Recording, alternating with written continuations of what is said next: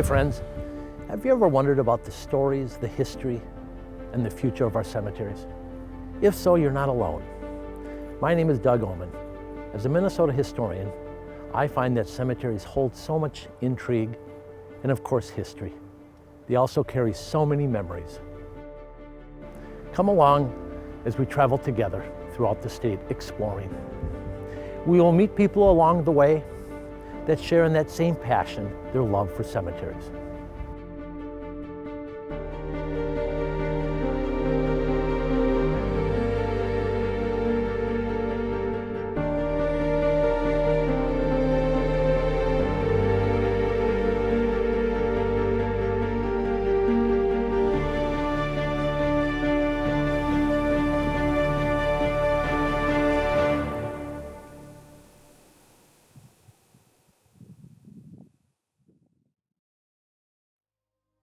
I like what American patriot Benjamin Franklin said. Show me your cemeteries, and I will tell you what kind of people you have. Remember, cemeteries are a way of honoring those who came before.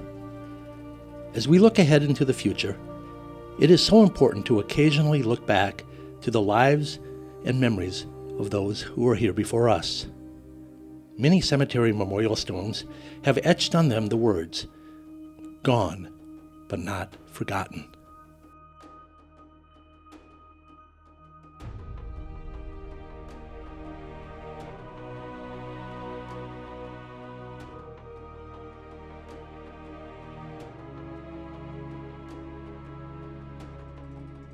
The human impulse to bury one's dead is as old as civilization itself.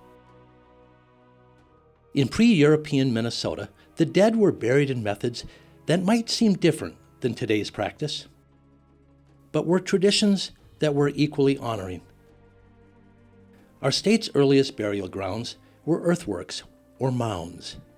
It is estimated that there are nearly 12,000 known burial mounds in Minnesota. Many were undoubtedly destroyed without being recorded.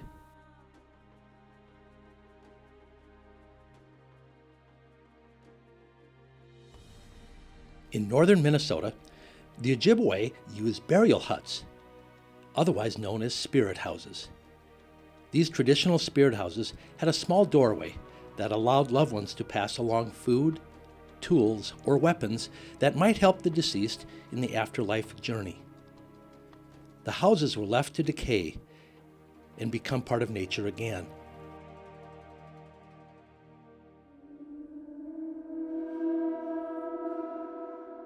In the native Dakota tradition, the dead were often elevated on scaffolding or in trees to protect them from roaming animals. By the 1850s, Europeans began to move into what would soon become the nation's 32nd state. As part of the American frontier, Minnesota attracted settlers and homesteaders from across the country and the world, and soon there was a need for burial places. Two of Minnesota's earliest cemeteries, Oakland in St. Paul and Pioneer and Soldier Cemetery in Minneapolis, date back to the early 1850s. Both of these cemeteries are good examples of the rural cemetery movement in Minnesota. During the mid to late 1800s, Americans found themselves in an era of explosive industrial growth. In both St. Paul and Minneapolis, the idea was to put the cemetery outside the city in the serenity of the countryside. The landscape was intended to offer a sense of calm. In it, people could escape the city's dirt and noise and take in nature's gentle beauty. It was at Pioneer that I had the privilege to spend some time learning some early history while talking with cemetery historian Susan Hunter Weir. How old is Pioneer Cemetery? The first burial was 1853, so it predates Minnesota statehood. One of the things that's kind of fun about it, it was the first cemetery listed in the National Register of Historic Sites, the first Minnesota as a freestanding cemetery. So the chapel at Lakewood is, Fort Snelling is part of a larger compound, but just as a freestanding cemetery, it was the first. And that speaks to its historic nature, that if you walk around and you look at the markers, you can see, for example, you can trace the patterns of immigration in this particular area. Of course, I always joke and say we have 22,000 plus burials, but 1,035 of them are named Johnson. But this really captures sort of the early immigration, and in particular, at that time, people were coming from Scandinavian countries, they were coming from Europe. But it was also the burial place of choice for the early African American community. Is that right? And one of the hallmarks of this cemetery is that it was never racially segregated, and that the original owners, Martin and Elizabeth Lehman, were anti-slavery folks. They went to the First Baptist Church of Minneapolis, which was more or less the anti-slavery movement in Minneapolis at that time. You don't see the grand monuments here. Nope. I think this is the place where most of our grandparents would be buried, or great-grandparents, right? These are the people who worked in the flour mills, for the railroads, the lumbering industry, the very things that made Minneapolis, put Minneapolis on the map. Why did the cemetery close? It was full. There were 27,000 people buried here, and it was privately owned. They made no provision for perpetual care. And so once it was filled, it just wasn't profitable anymore, and it was really falling into disrepair. So what year did it close? It closed in 1919. After 1919, Pioneer Cemetery has had only a handful of burials. Mostly those who were related to one of the existing residents or someone involved in the upkeep of the cemetery. The work of people like Susan will ensure that they are taken care of as long as there is a Minneapolis.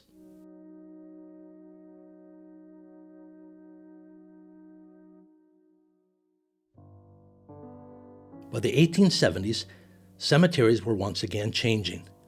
The garden cemetery movement was spreading from the East Coast into America's heartland. In the garden cemetery, more focus is spent on landscape and design. The idea is that beauty of a resting place helps heal the pain of death as the living pay their respects. Lakewood Cemetery in Minneapolis is a great example of this Victorian-era cemetery in Minnesota. To learn more about Lakewood, I had the incredible opportunity to spend an afternoon with longtime building and grounds director Paul Arstead. Everything that you see or we will see today is my responsibility. Well, I'm excited for you to show me the cemetery today, and I think it would be appropriate. Let's start in the old section first, don't you think? We're at the oldest, or the original section number 2. This is where our first burial took place in 1872, over 150 years ago this August. This might be my favorite because I love history. And as I look at these monuments out here, I not only see architecture, landscape, but I see history. Oh, this is the place to be. Section 2 really has the movers and shakers of Minneapolis, not only from the very rich, but also to the very first. Paul, how could these early pioneers even afford to build these monuments like this? Well, actually, they weren't that expensive if you think about it. You know, wealth wasn't taxed then, back in the day, and craftsmen were really a dime a dozen. Think about it. If you wanted to construct a monument like that, or like this one up here, you'd have to commission an artist. And that artist could command a lot of money. Where 1800s, these were plentiful. They came over from Italy, Europe, and all looking for work, so it was rather cheap. Each one of these monuments is telling you a story about the person, not only in the monuments, but also in the landscape as well. A cemetery is always changing and it's always evolving. And as the society changes and evolves, so does a cemetery. Paul and I continue our timeline walk through the rolling landscape of Lakewood. We just came from the section where all the movers and shakers of Minneapolis were with the bigger monuments, but if we look over into this part, we see something that's different. The landscape's changed. And what you're seeing here, it's the same time period, but a different socioeconomic group, the working class. Their monuments have a lot of the same architectural features that we saw in the other section, but they're smaller. The lots are a little bit smaller, and it's more where the working person was being buried. So as I walk this part of the cemetery, I might not recognize the names as I would over here. No, but this is where likely You know, my folks, your grandparents would have been buried, or great-grandparents might have I been. wouldn't have been over there. Well, let's You know me. Doug, you know how we talked about how a cemetery is always changing and evolving? Yeah. This is a good spot to kind of show you this in the landscape. And one of the first things you'll see is a lot less monuments. And what's happening, we fast forward some 50 years. And we know this from a couple different ways. Look at the Olson monument there. Okay. Notice the lettering, Art Deco styling. That's telling us we're somewhere in the 20s or 30s. In any cemetery, you can see this change in the landscape, and by looking at the architecture and the styles will help you date where you're at. It's a historical timeline. Exactly.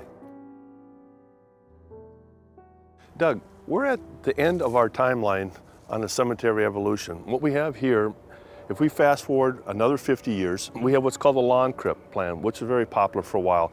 What the lawn crypt is, basically this area was excavated. We pre-installed double-decker vaults. So you have one grave, one marker, one vault for 2 people. This is very popular. When I started here some 40 years ago, of the 2,100 cases we did a year, 14% were cremation. Today, we're at 60% cremation. And what's changed is, of the 60% that we cremate, half of those people are now doing nothing with their cremains. What I mean, they go up to Grandpa's hunting spot or what. And our challenge as a cemetery in the next 150 years is try to get people to value memorialization. We're developing this new prototype up here, and it's to provide a number of different new innovative ways to scatter and to memorialize cremated remains. Our research has shown that as society changes, so does the cemetery. So we're creating a new green burial space. We're creating memorials now that are void of any sort of traditional type memorials.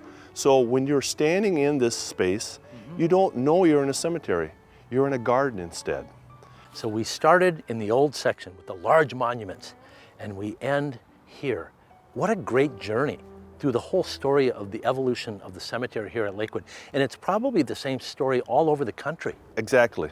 I think people need to realize that cemeteries aren't dead. They're a living place. And we want you to be welcome to come here as a cemetery and to enjoy its history, to enjoy the horticulture. It doesn't have to be around a funeral.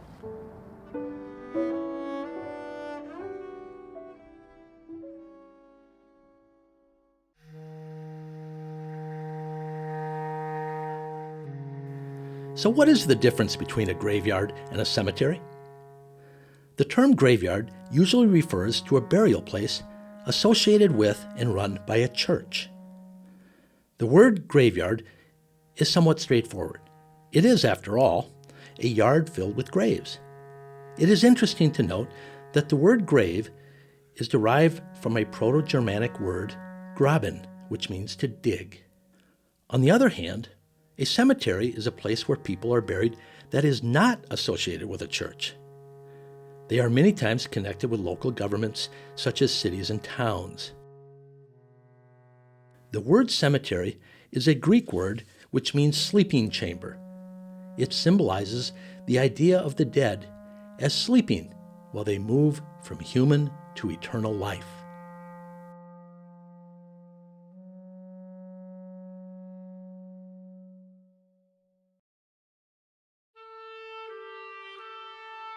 As you travel throughout Minnesota, you will soon realize that we are a state made up of immigrants. That fact becomes crystal clear as you stop and visit cemeteries. The immigrant groups live close together. They work together, worship together, socialize together, and finally we're buried next to each other.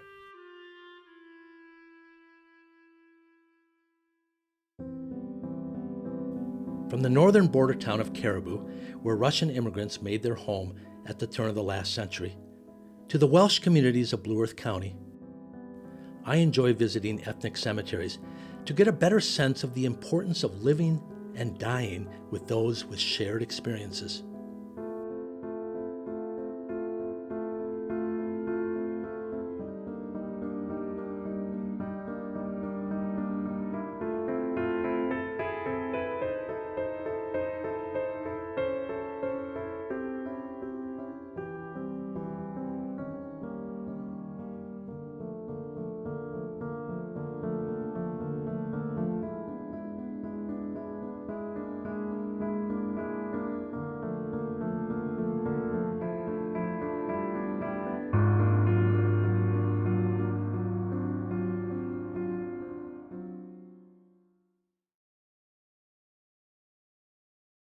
What was life like for the early pioneers here in Minnesota?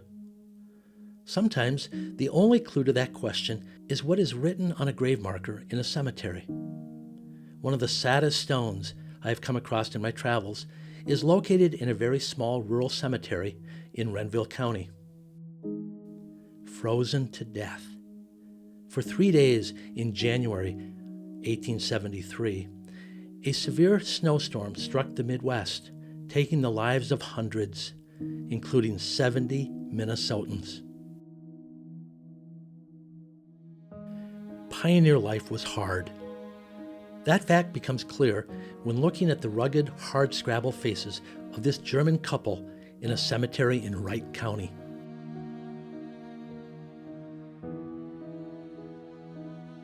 I had the chance to meet local historian Mary Arns Wetmore at the Windswept Beaver Falls Cemetery.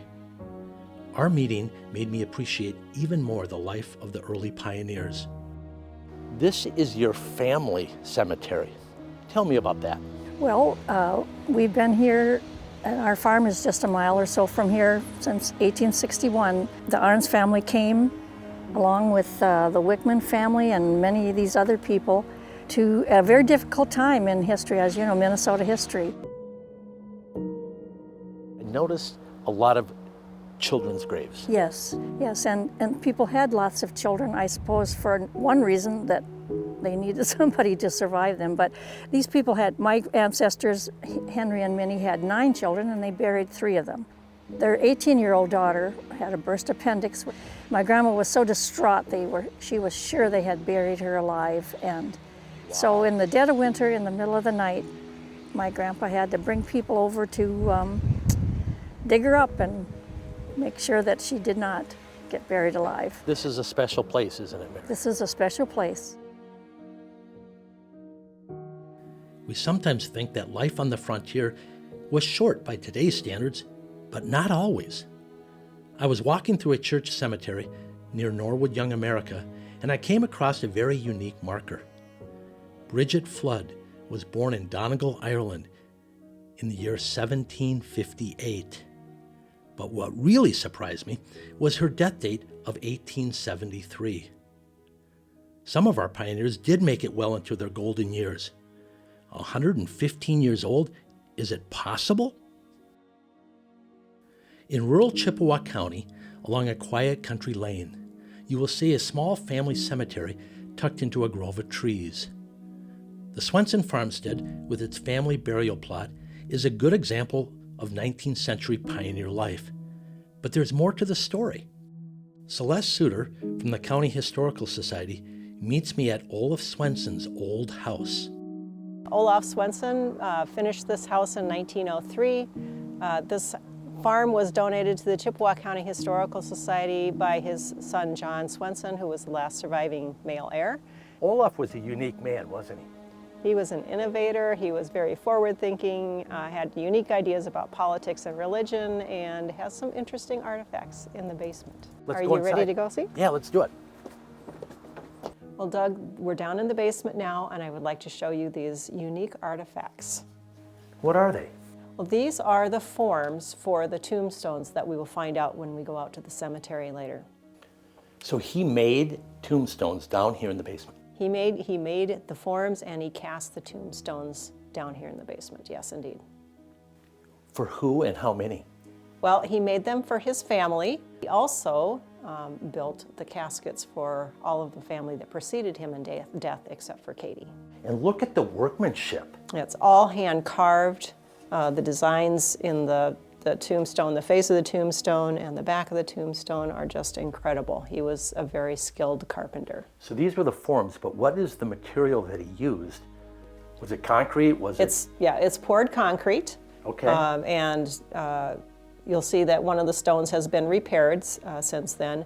We have found that the condition of Olaf's stone is not quite as good as the other stones. Maybe John didn't have the secret formula for making a really good concrete, but he did the best he could. And John was tasked with completing Olaf's tombstone markings. And if you notice, it says 1921. Well, Olaf died in 1923. So the question is, why does it say 1921? Did Olaf complete his tombstone early so that he would have it ready to go and then didn't die for a couple of years. Olaf was diagnosed with senility at the end of his life, so did he just pick a date and go with it? Did he have a premonition? Or did John just not have the skills that his father had and thought a 1 was a lot easier than a backwards 3? And behind you, Celeste, is his workbench. Yes. That's really cool. Yep, these would have been some of the tools he would use to make not only the tombstone forms, but also the caskets that he made for his family. Do you think it was fairly common for folks in rural Minnesota to be buried on their farmstead back in those days? There are quite a few rural farmsteads that have cemeteries on them. Some of them you cannot even find anymore. They've just been absorbed by cropland, and they might be in a grove and in disrepair. Kind of lost. Right. Right? But we're fortunate that we have this one. It's in such good condition. It's been restored and it's well maintained. I'm anxious to go out to the cemetery.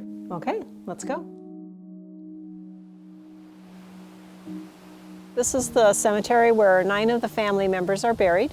This is amazing, Celeste, because I got thinking about why Olaf put 1921 on his marker, but he didn't die until 23.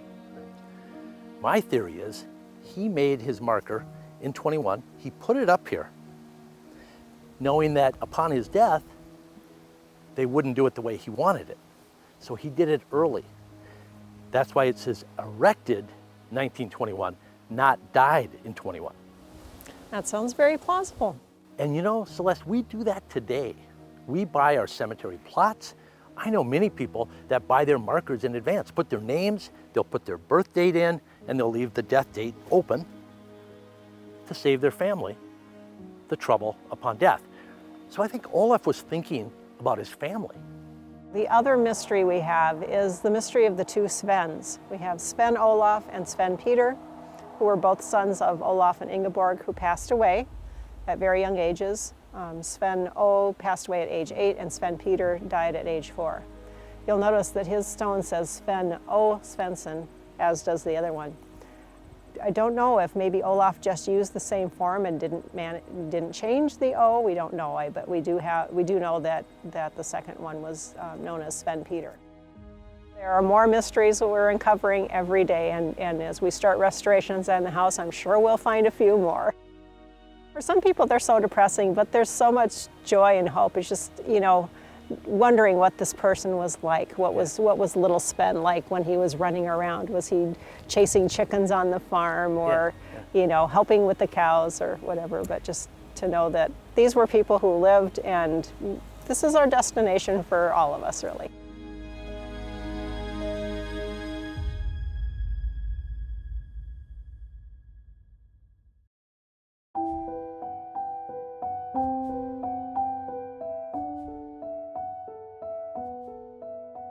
All too often, I come across graves of children. These markers are the most emotional of all. What was the story? Was it an accident, or one of those many childhood illnesses that made life so hard for the pioneer family? In southeast Minnesota, near the town of Houston, I came across a country cemetery marker that emphasizes this fact. Tucked in the back of the cemetery was a large evergreen tree with a marker at its base. What really stood out for me was the last sentence on the marker: "Who were just passing through." We will never know how many children died on the trails, and almost for certain the families were never able to return to take care of the graves of these little ones.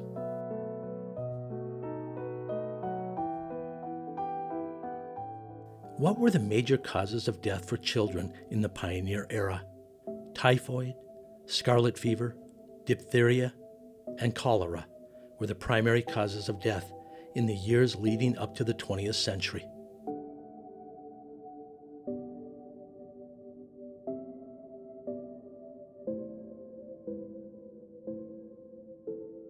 In 1918, the Spanish influenza hit hard, not only affecting children, but young adults as well.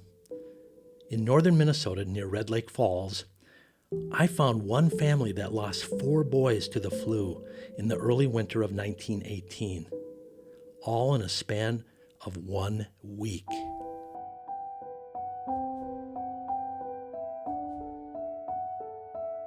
Tragedy didn't always come in the form of childhood diseases. In La Verne's Maplewood Cemetery, we have a very sad story that local historian Betty Mann shared with me. In the early hours of January 24, 1919, a mother tragically took the lives of her 5 children in order to save them from the threat of the Spanish flu. The children were shot as they lay asleep in their beds. After shooting her children, the mother, Clara Hansen, who was pregnant with her 6th child, attempted to take her own life. Clara was sent to an insane asylum in South Dakota, and a few months later gave birth to a daughter. The story takes an interesting turn in 2011 when local folks in La Verne remember seeing an elderly lady all by herself visiting the graves of the 5 Hansen children. Could this have been the last child of Clara?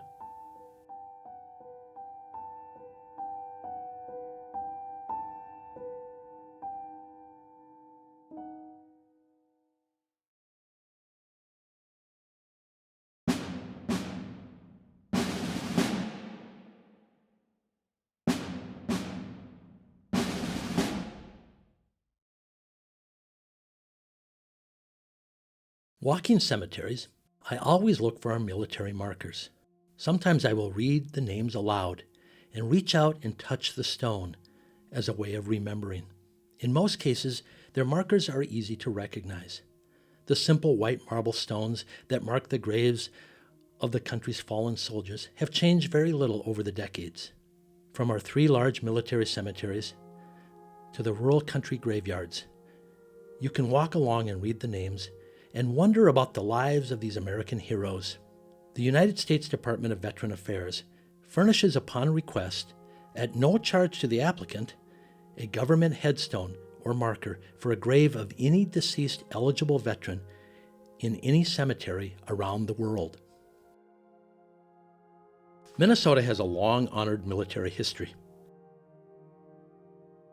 In one of the most beautiful landscape cemeteries, Woodlawn in Winona, I met with local museum educator Jennifer Weaver. We have over 100 military graves and then some, ranging from many wars throughout time. And we have one in particular here from the Revolutionary War of Stephen Taylor. Taylor's the only known Revolutionary War soldier buried in the state of Minnesota. So we feel pretty special in Winona and at Woodlawn to have somebody of that far back in our history here. He died about a month after turning 100 out here in Minnesota. That he moved with his family later in life, at 90-something years old, to Minnesota in 1854, as Minnesota was still a territory. Moved to Winona County, new land, new life, and lived to be about a month over 100. From Stephen Taylor in Winona to our most recent veterans, our cemeteries are a virtual military history lesson. It is estimated that Minnesota volunteered 25,000 soldiers to the American Civil War and U.S.-Dakota conflict. You will find thousands of these heroes resting in almost any cemetery over 100 years old. We even have a few Confederate soldiers buried here. In Duluth, we have the unique honor of having the last surviving member of the Union Army. Albert Henry Woolson had outlived over 2 million Civil War Union Army comrades when he died in Duluth on August 2nd, 1956, at the age of 109. Woolson was buried with full military honors.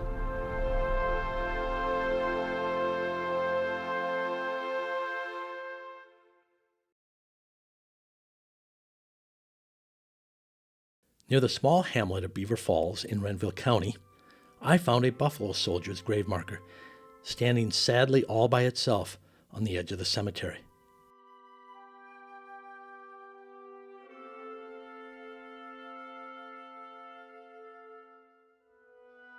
Longtime resident Gene Malika shared with me what he remembers about this soldier. The marker is right here. It's Thomas Boney. He was an African American that must have came up here years and years ago, probably came up on the railroad. We would go down to his place. My brother and I would ride our bicycles down there, because when we'd go down there, he'd always give us a piece of candy. He was just a fine gentleman. He was in the original 25th Infantry, which was called the Buffalo Soldiers, and it was all made up of African American people. The record of the 25th was very good. They had very few AWOLs, and they were good soldiers, and they did a wonderful job. There's been a lot of good stories written about the Buffalo Soldiers. Yes. But I noticed he's buried on the very edge of the cemetery here. Well, yeah, that's kind of an interesting part, because that was part of racism. And my dad, after he passed away, he found out he was in the military, and they had a military funeral, and he's in the cemetery just barely. We honor him today. Yes, sir. In 1948, President Harry Truman issued an executive order eliminating racial segregation in America's armed forces. Minnesotans of all backgrounds served in the wars of the late 19th and early 20th centuries. In 1917 and 18, Minnesota once again answered the call to serve. In the War to End All Wars, World War I have found and photographed hundreds of these markers. That generation is completely gone, except for the memories.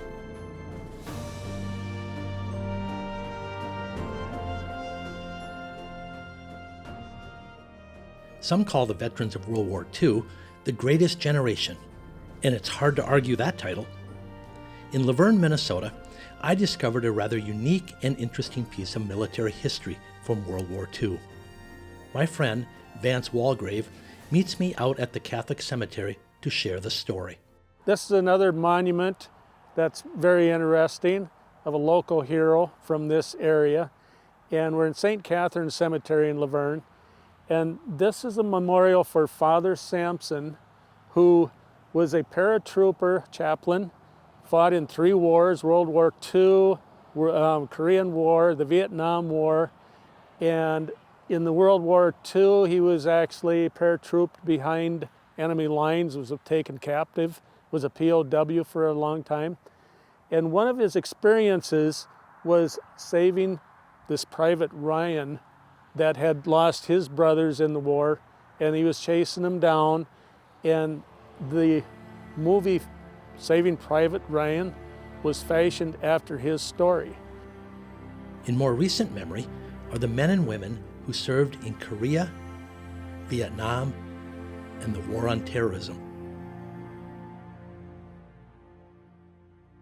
As I was driving through the city cemetery in Marshall, Minnesota, a gravestone caught my eye.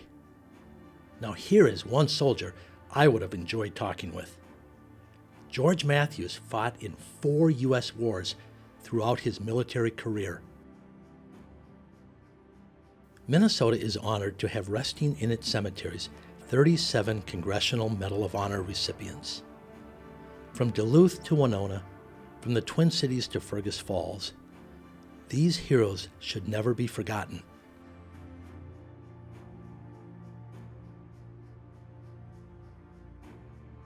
When I walk past many faded military markers, some almost unreadable, I think about the forgotten lives of these heroes. I'm reminded of an old verse I read many years ago. Let us now sing the praises of our ancestors in their generations. All these were honored in their generations and were the pride of their times. Of others, there is no memory. They have perished as if they had never existed. They have become as though they had never been born. But their name lives on, generation after generation.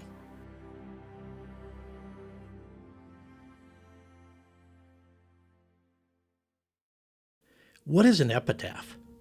According to the dictionary, it is a phrase written in memory of a person who has died, something by which a person, time, or event will be remembered. Many epitaphs are words of advice or encouragement for us, the living. Some are just a few short words, but others are lengthier poetic verses. I find some that are clever and funny, and others are sad and mournful. I sometimes enjoy reading them aloud at the grave, as if the deceased can actually hear me. The style and choice of words have evolved over the years. Today's epitaphs are more visual, with images etched into stone that gives us a clear picture of what they wanted us to remember them by. Everything from sports cars, tractors, to the cabin at the lake. Along with meaningful epitaphs, cemeteries are full of symbolism. Many of these symbols were popular during the Victorian period, but like poetic epitaphs, many have been lost to more modern generic memorials. Trava Olivier, the Pipestone Museum educator, meets me out at her local cemetery to talk symbolism. Well, Doug, you asked about symbolism, and this cemetery is full of a lot of different symbolisms, but there's a few right here that I'd like to share. Right behind me is an urn. The urn is the second most popular symbol in a cemetery, the cross being the first, but urns represented more immortality, and sometimes they were shrouded or draped with some type of a blanket-looking object, and that was to symbolize the passage or the line between eternal life and physical life on earth. This one's unique because it has a kepi or a hat on it, and the young man that is buried here was a Spanish-American war veteran. Behind that, we have what I call sometimes a modern woodsman stone, but it's a tree. It looks like a tree stump. It's been cut off at the top, the branches have been cut off, and it was meant to symbolize that life had been cut short by death. Also, over on this side, we have some lambs, and lambs are ones that speak near and dear to my heart. I think it's probably just because I'm female and a mother, and no, I've not lost any children, but the lamb was a symbol of an infant or toddler or child's life. And so whenever I see a lamb, it always makes me go, what's their story? Because they didn't live long enough to create their full story or tell their story themselves, so I want to know about the time they were here with us. Another interesting piece of history found on memorials are the photographs. Headstones from centuries ago often contain just names, dates, and sometimes a little phrase or poem. It's hard to imagine much about the individuals beyond the numbers and the letters. But when you see a headstone with a porcelain plaque containing a portrait of a person or a couple, you can look into their eyes and imagine how they lived, what they valued, and the legacy they left.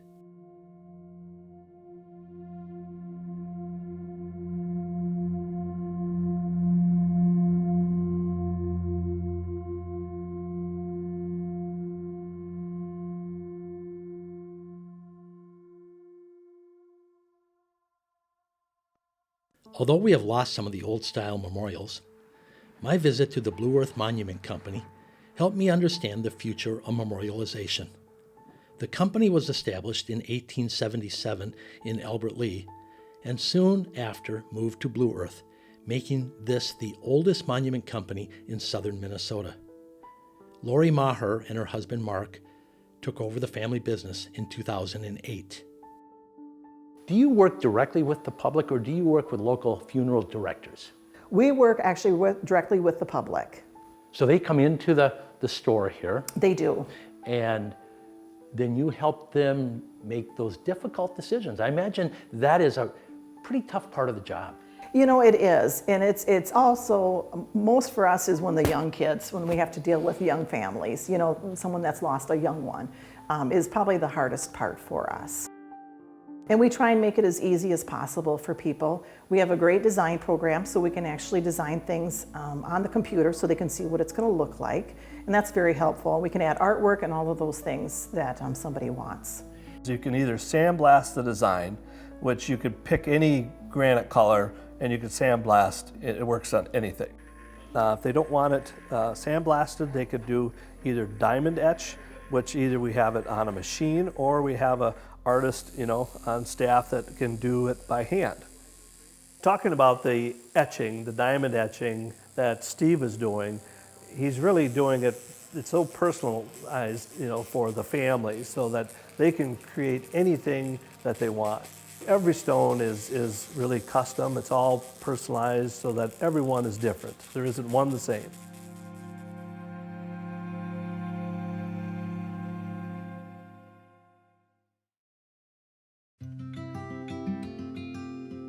What does it take to maintain a cemetery? Throughout my travels in Minnesota, most cemeteries I find are well cared for and are the pride of the community. Due to our changing seasons here in Minnesota, cemeteries require year-round care.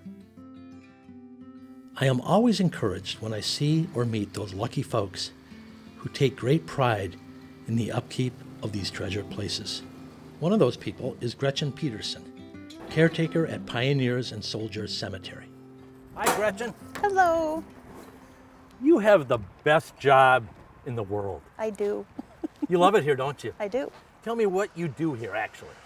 I'm the caretaker for 23 acres at Pioneers and Soldiers. I've been working here since the end of March. So you're new? Yep, to here. Yeah, yep. to here. But I worked for the city of Minneapolis for the past 7 years in the street division, and I took care of the roads prior to this. So. Okay. Yeah. And you take care of the 23 paths now. acres. Well, I make the roads here now. I kind of mow them out and kind of give you the little breakdown of where the cemetery roads are. That breaks down where the markers are in the cemetery. Tell me, what is a typical day for you here? Typical day is coming in. I open by 8 o'clock. I open the gates. I unlock the gate with the cemetery key that opens all of my locks here in the building. Is it a skeleton key? No, it isn't. Wouldn't that be cool, though? It would, it would. Yeah. Nope. And then? And then I pretty much start my day and see what I need to pick up first for debris inside the perimeter and outside the gate. Mm-hmm. And then after that, I take care of the leaves. If there is any leaves to pick up right now, I'm just going to blow them to the gate or blow them to the fence line. And I mow, I weed whack, and pick up sticks. Do you have a systematic way of, I'm going to do this section and then move and rotate all the way around? Well, and eventually when you get back over here, you got to mow again. Yeah, so sometimes if it's like around Memorial Day or any holiday, I'll try to go and get sections taken care of like this, but I concentrate up by the carriage house for the events that happen. If you were going to mow it all at one time, how long would it take?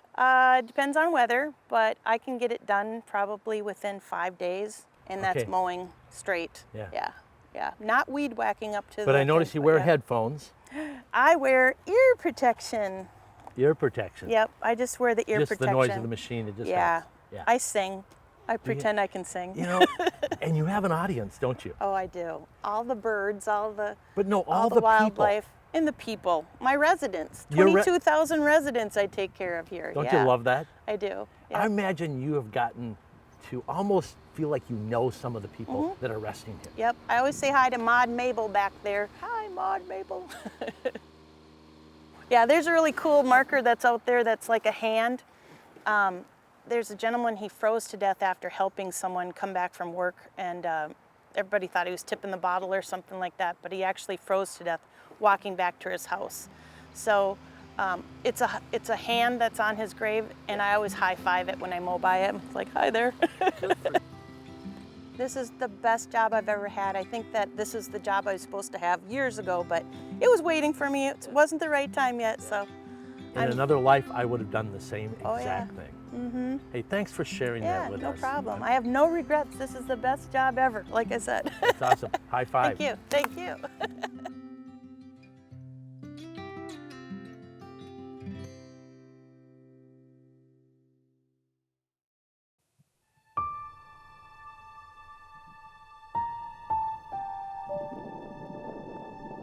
Although Minnesota has a lot of beautiful, well-maintained cemeteries, I have run across a few that time has forgotten.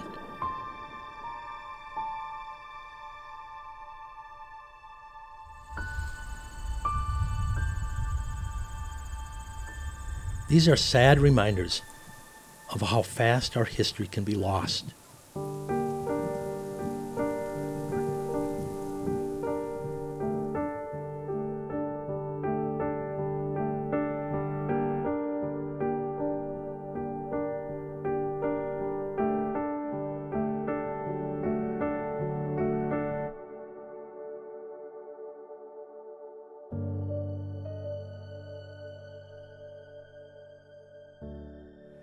As I've been traveling around the state of Minnesota, I've seen a lot of cemeteries. Most of them are well known. But I'm back here in the woods near a small town that's been lost to time and to history. The town was called Vicksburg. And atop a hill not far from the main town is a lost cemetery. They say there's 14 people buried here, but my guess, there are more. I'm standing near this fenced grave marker area here as an example of the people that lived here and the tragedies of being a pioneer here in Minnesota. The Bickle family lost 2 children, just one more example of the hardships of the pioneers. I love these lost places tucked back in the woods. How many more are out there that we don't even know of?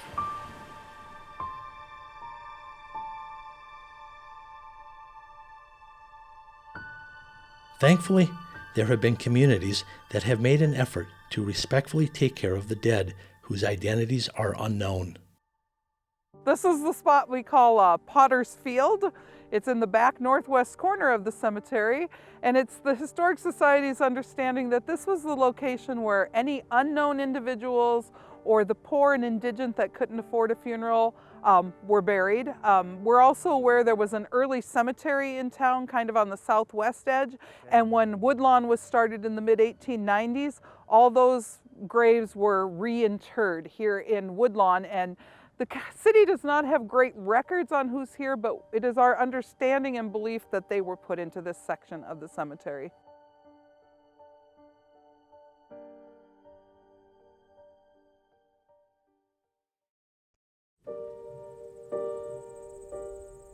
What is the future of our cemeteries?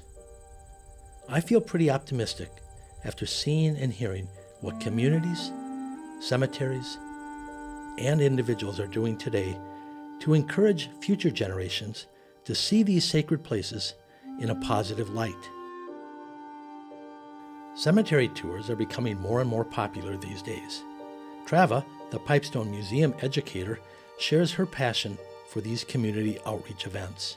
So you do tours. Now, are these bus tours, school tours? What kind of tours? They are walking tours. We invite citizens to meet us at the cemeteries. We tell them the date and the time, and they come out. There are roughly 18 cemeteries in Pipestone counties, and I've held tours in probably 8 of them, and the rest of them are on my radar for the next few summers. We usually start in about April and run through August into September and do at least one a month. Do 3 different kinds. Sometimes we talk about the symbols that are on the different stones. Sometimes we do what we call biography tours, so we're sharing the life stories of individuals buried there, and sometimes we do military tours, so we focus on Civil War veterans or World War I veterans, or pick your era, and we plan a tour around them. Of all your tours, what is the most popular one? I think the biography tours really have been the most popular. It's sharing the stories of the individuals that are buried there, and we go all over the county, so we're finding different people come to each one. How do we get the younger generation to come out to cemeteries? I think you have to start as a parent by taking them and sharing the family stories. But there's history in the cemetery if you just go look at the stones and start asking the questions and finding the answers to them.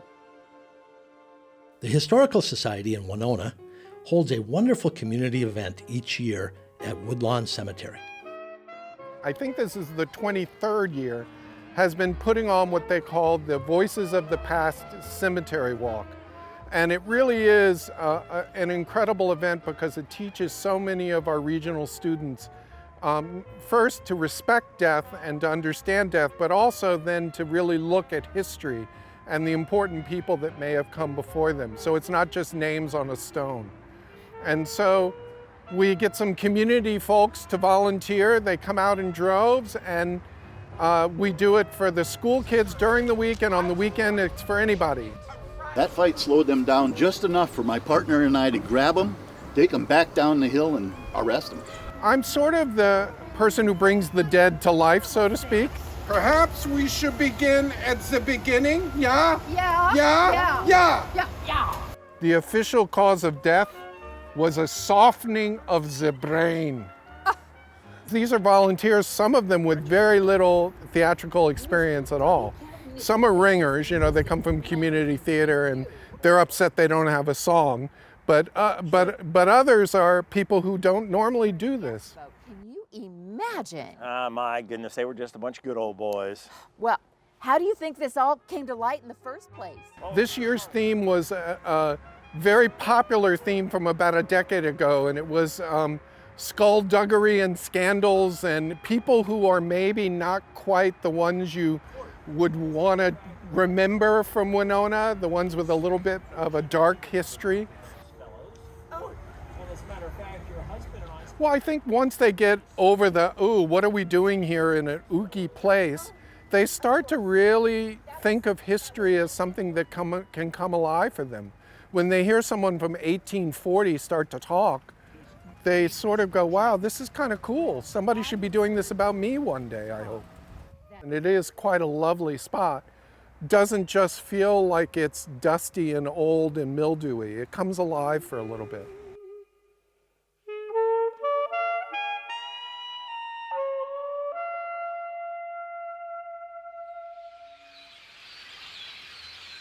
In Waseca's Woodville Cemetery, I had the chance to visit with published author and longtime friend Rachel Hannell to get her personal cemetery perspective. This cemetery is special to you, isn't it? Yes, it is. Why is that? Well, it's special for many reasons. I grew up in Waseca, and my dad was a gravedigger. So this being the largest cemetery in the Waseca area, I spent a lot of time here as my dad did his job. And he and my mom also mowed and maintained cemeteries, so long summer days is where I was with them. They just brought me along as they worked. But it's also a special cemetery for me. My dad passed away when I was 15. He was 46, and he's buried here. So we have the gravestone here for my dad and my mom. Rachel took me to another favorite marker of hers. Well, Doug, this is one of the favorite gravestones here in Woodville Cemetery. I came across this stone. I was very small. I was, 5 or 6 years old. And as you notice at the top, there's kind of this clasp. And if you are a young child, you might have a curious mind and wonder what's underneath that. So I would come by and I would just flip this up. And there's a photograph underneath it. And this is Vicki Middlestead. I didn't know her. I didn't know her. I didn't know anything about her. I didn't know her family, but here's this picture of her. And I was just captivated. It's such a beautiful photograph. I think she's just so beautiful. And even all these years later, I still do think it's just a beautiful photograph. And this would have been the first instance that I saw of somebody who was not that much older than me at the time. I really had to try to reconcile the fact that here was somebody who looked so vibrant and young and beautiful with the fact that she had died. So that really was my first moment that I confronted this idea of mortality and that we all are going to die. But do you still visit cemeteries today? I love visiting cemeteries. I especially love it when I travel to go to cemeteries that I have not been to before. And every time I go to a new cemetery, there's something in there that jumps out. There's a story that speaks to me, and I just love finding those hidden stories that are in cemeteries. Should we all visit cemeteries? I think absolutely we should visit cemeteries. Cemeteries were made for people to visit. For one thing, they're beautiful. There's nature, there's trees, there's birds, there's flowers. Yeah. They're very peaceful. But I think another important reason to visit cemeteries is that they are a community. Look all around here. There's people here. They are a community, just like you and I are part of a community. I like what you said. A cemetery is full of stories yet to be explored and enjoyed. Yes. They're not just about funerals. Not at all. And I think when people come to cemeteries, if they take some time and they walk around and they look at gravestones, if you just settle down and let that quiet come over you, those stories will start to speak to you too. It's our connection to the past.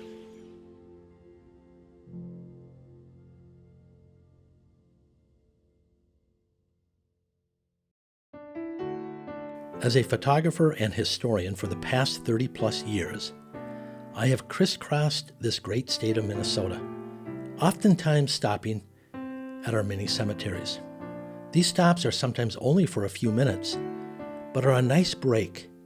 Walking these grounds gives me a chance to reflect and take stock in what is important in life. On one level, cemeteries are about the past we bury in them. But on another, they are inherently future-oriented. Memorials are nothing if not directed at those who will look upon them and be called to remember. Whether we embrace or deny it, death remains a central fact of life. Cemeteries are a symbol of our humanity, of our intelligence, and a reminder of the brevity and the preciousness of our time on earth.